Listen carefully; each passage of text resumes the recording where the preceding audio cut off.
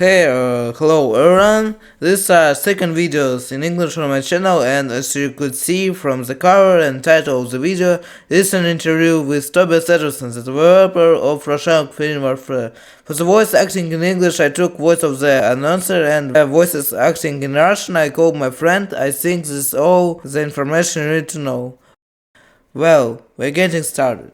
Where did the idea from this game come from? In my childhood, I've been fascinated by cats ever since I was a toddler, growing up with them. Once, when I was 5 years old, I went to the cinema to watch a 2001 live-action movie called Cats and Dogs. It's a cheesy movie about domestic dogs and cats living a secret life of espionage hidden from humans. I thought it was the coolest thing I had ever seen, and immediately started fantasizing about my own cat character being a badass agent. He had grave fur and threw grenades. That was the genesis of Rushaug. From there, Rushaug's world and identity have matured and been forged with age, parallel to myself. Why did you choose the ClickTeam Fusion engine to develop this game? I chose ClickTeam simply because it was the first game engine I came across in my young age. Sometime around 2007, browsing YouTube, I found a creator sharing videos of his own games using a software called the Games Factory 2.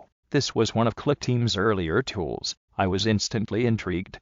He made Nintendo fan games, recorded and published them on YouTube. He happened to be Norwegian as well, and we connected and became good friends. I was completely clueless about programming, so he became my mentor. From there, I took online courses, then went to multiple semesters of game design, programming, and music production at a school in Norway. Over the years, I upgraded from the Games Factory 2 to the more advanced Multimedia Fusion 2 developer, which in time evolved into just Fusion 2. There's certainly a charm to ClickTeam's products. I have grown up with them and become very accustomed to them, but for my next project I am considering moving on to Godot, unless ClickTeam's long-awaited Fusion 3 is released. How many cats do you have? Right now, I only live with one cat, a black half-Persian, half-Norwegian forest cat named Sophus, but at one point earlier living with my family, we owned 7 cats at once. So, you love cats, and that's why you made a game where cats die? Yes, exactly. Do you like cats or dogs? I do love both. I am a huge animal person in general, but I've always been more obsessed and fascinated by cats, so if I'd have to pick one, it'd be cats. How does the process of creating new mission work? A combination of planning, intuition, and experimentation. I first decide what environment I want the level to take place in: jungle, Arctic, desert, and so forth. A large variety is one of the hallmarks of the game. I've also been traveling to absorb cultures and inspiration from real-life countries to give the game world locations even more character. When the environment is decided, I usually start by tinkering with the facility layout. Most missions have a base building to infiltrate, and I plan the interiors by drawing room shapes and corridors on grid-line paper. I use a labyrinth approach to give the different bases unique shapes and styles. In regards to the outdoor terrain, I usually work intuitively in the level editor, placing slopes, cliffs, plateaus, and terrain shapes as I go on. Lastly, I look at the level map as a whole to place mission objectives and key items in places spread around to make for interesting routes and force the player into challenging situations. How long does it take to create one mission? It varies a bit, but it does take quite some time. I'd say several weeks, but it's hard to measure as I go back and forth between different missions to vary my work environment. Mission 1, Arctic Strike, has taken an extremely long time, but that is primarily because it has been the prototype, my testing area, and benchmark while developing the game engine, design, enemy AI, mechanics, and so on. All new features are tested there before I apply them to the whole game across all missions levels. Will patches be released after the release? If there's bugs, glitches, or small details I've overlooked, I expect to patch these, but I want to release Rushaug Feline Warfare Project Emerald as whole and complete as I can. There will be sequels, and quite possibly a standalone DLC. Will it be possible to kill Terminator Cat from Mission 1? Not canonically.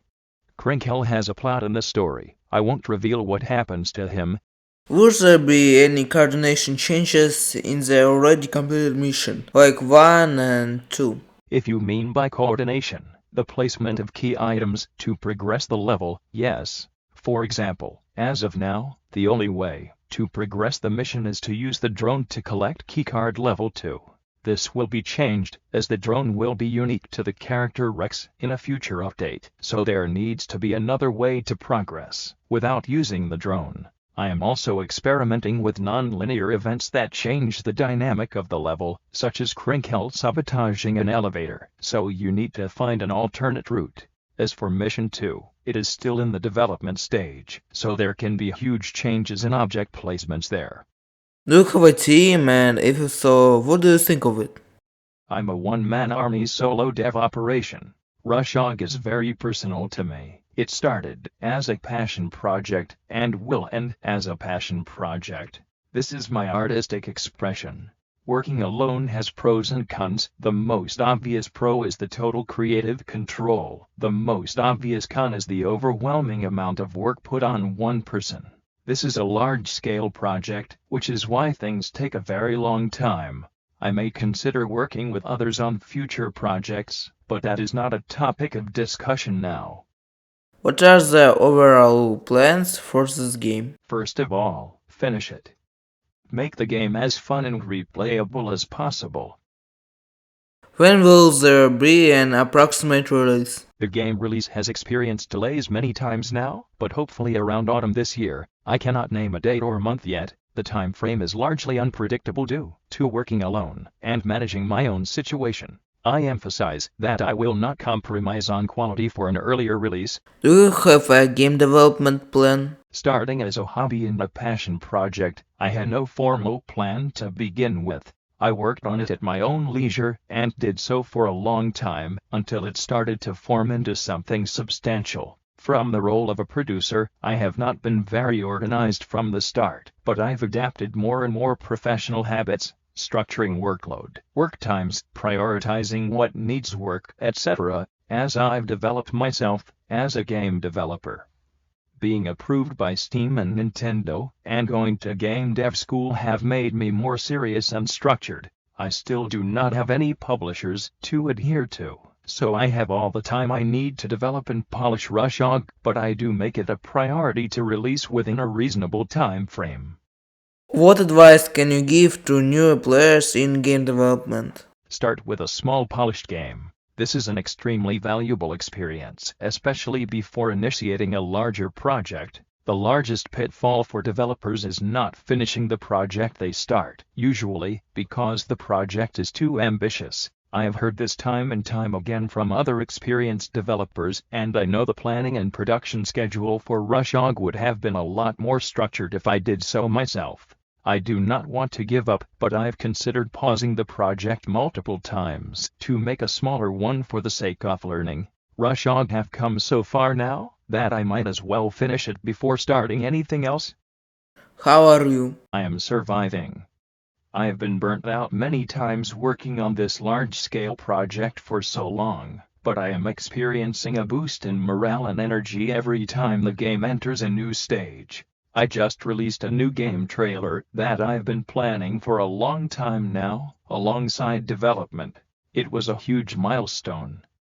I've also been vocal about my very serious lung disease, which I have to contend with. I have had multiple surgeries, make great efforts to stay healthy and keep the situation stable and monitored. This, combined with some private family-related issues, have directly impacted my productivity. But I am fortunately on track now, and made good progress.